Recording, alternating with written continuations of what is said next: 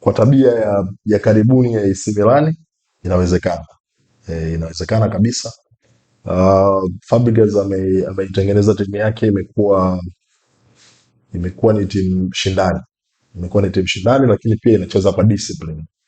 Kwa hiyo with regards to that, naona itakuwa ni mechi nzuri, itakuwa ni mechi ngumu, kwa sababu ukicheza na timu ambayo itakuheshimu lakini pia ina uwezo wa kupata matokeo, kwa sababu kama mwaka huu unatupa surprises nyingi sana.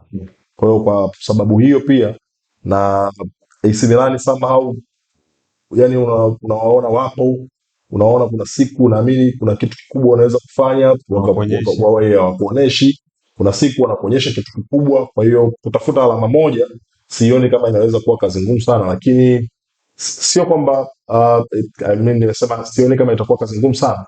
Inawezekana, lakini kuna kazi inabidi ifanyike.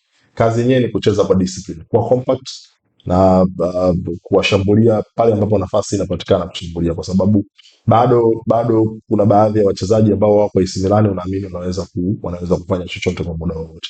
Kwa hiyo with regards to that, kwa sababu wao wana timu ya vijana wadogo ambao wanajituma sana, si ndio?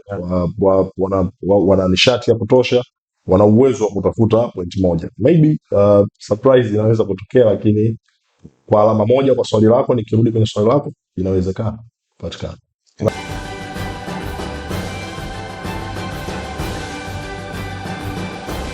Game time, tuonavyo sisi.